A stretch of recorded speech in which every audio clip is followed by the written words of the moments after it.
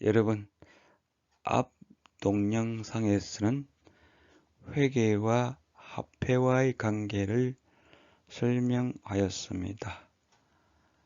결론적으로 말하면 회계는 회계의 대상을 화폐 단위로 나타내는 것이다 라고 설명했습니다.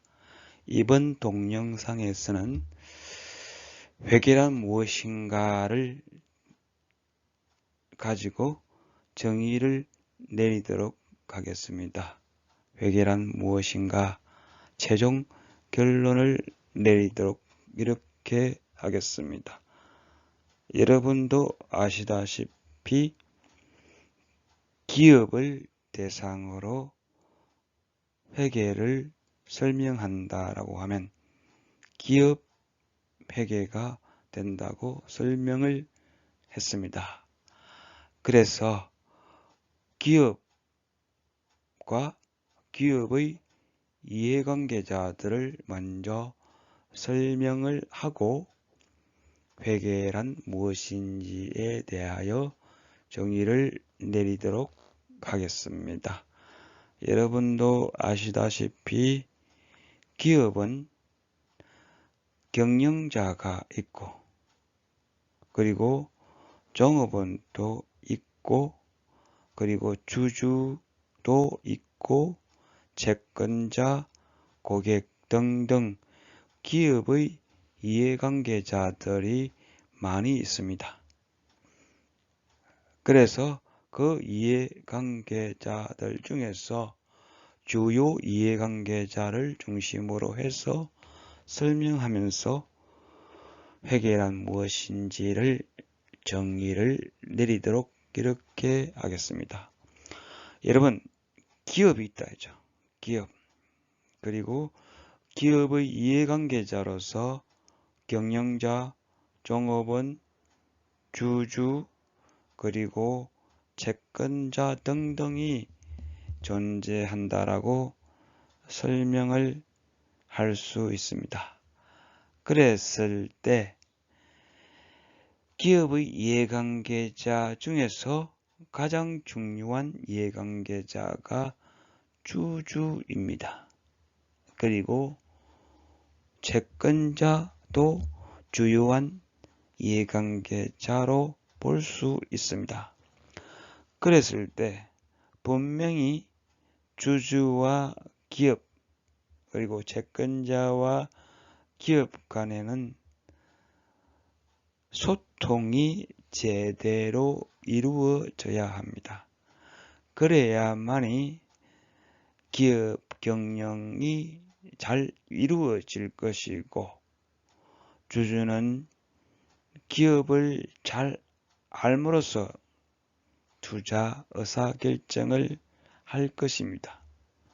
채권자도 마찬가지로 기업을 알아야만이 신용 의사결정을 할 것입니다. 즉 다른 말로 돈을 빌려줄 것이냐 빌려주지 않을 것이냐를 결정하는 집단이 채권자 집단이다.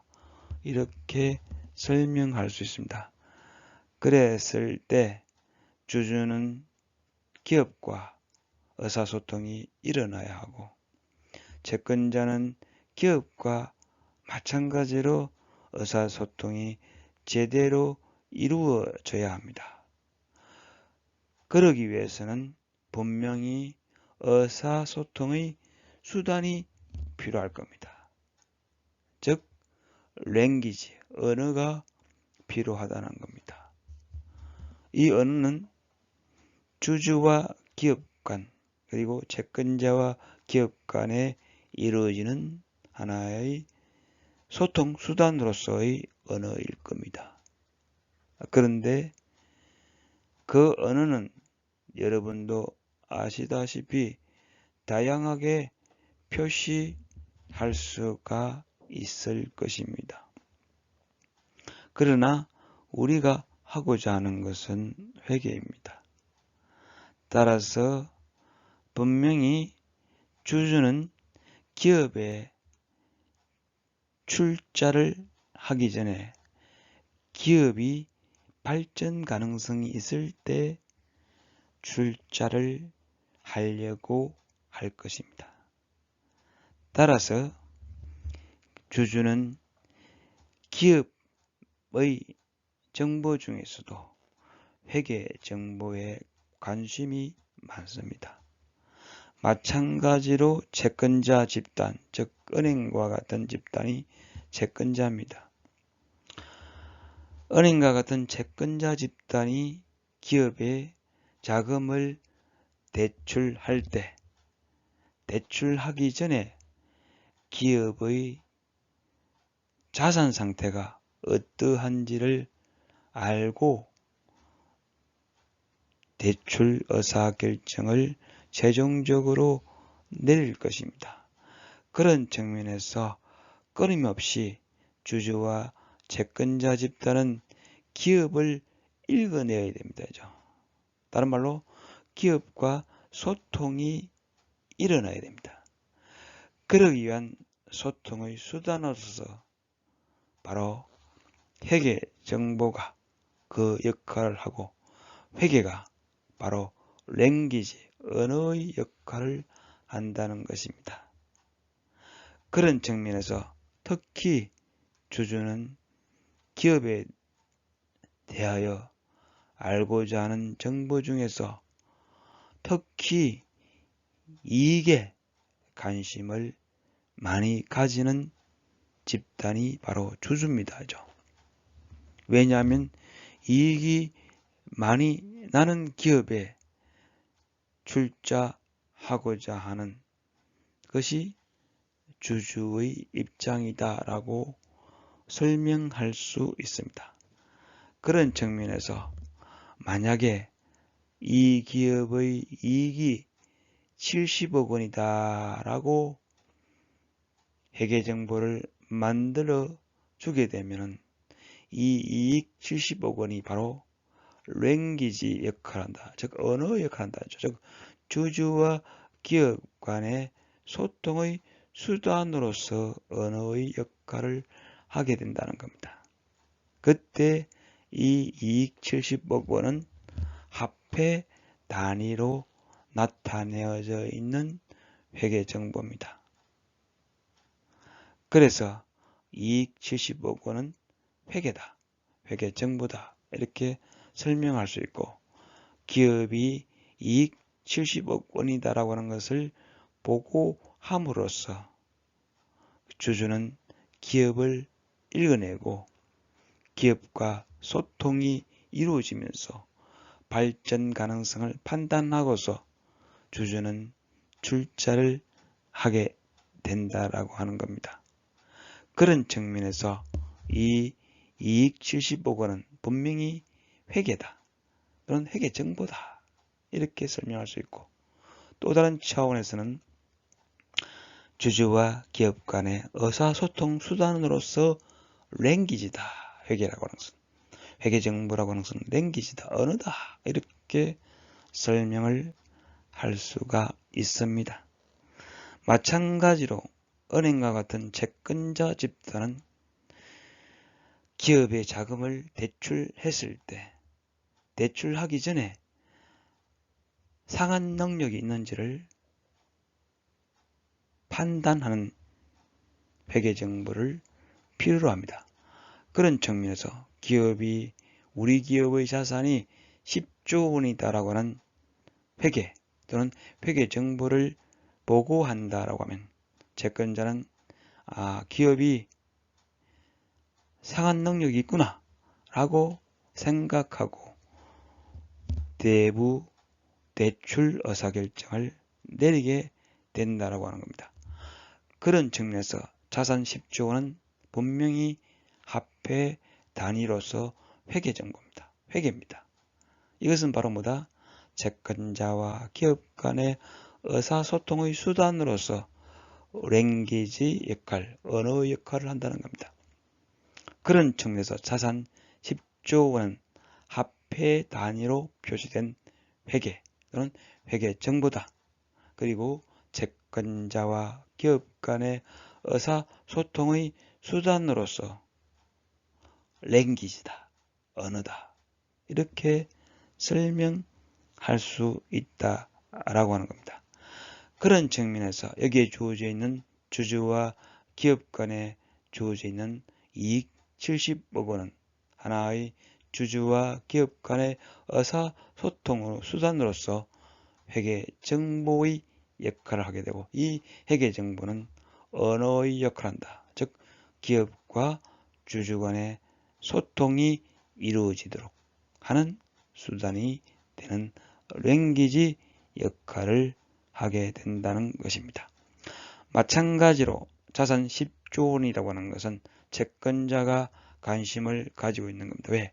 채권자는 기업의 회계 정보 중에서도 상한 능력이 있는 것을 보기 때문에 기형성해 놓고 있는 자산에 관심이 있는 겁니다. 근데 기업이 자산이 10조 원, 즉 화폐 단위로 10조 원이라고 보고함으로써 채권자는 기업과 소통이 제대로 이루어지면서 채권자는 기업에 대해서 상한 능력 있는 기업으로 판단해서 내부 의사결정을 하게 된다라고 하는 겁니다.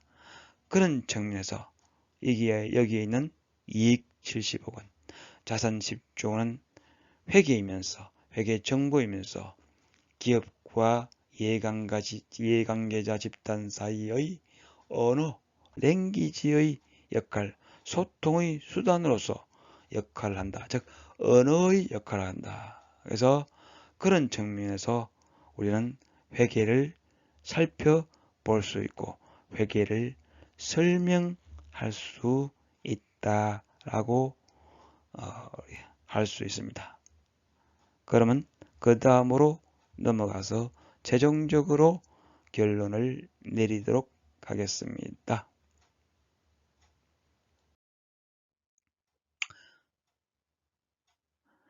그래서 결국 우리가 앞에서 회계란 무엇인가 최종적으로 결론을 내려야 합니다. 그래서 앞 동영상에서 설명했다시피 회계라고 하는 것은 회계의 대상을 화폐 단위로 나타낸다 라고 설명했고, 이 화폐 단위로 나타내는 것은 그 이유를 설명을 이미 했습니다.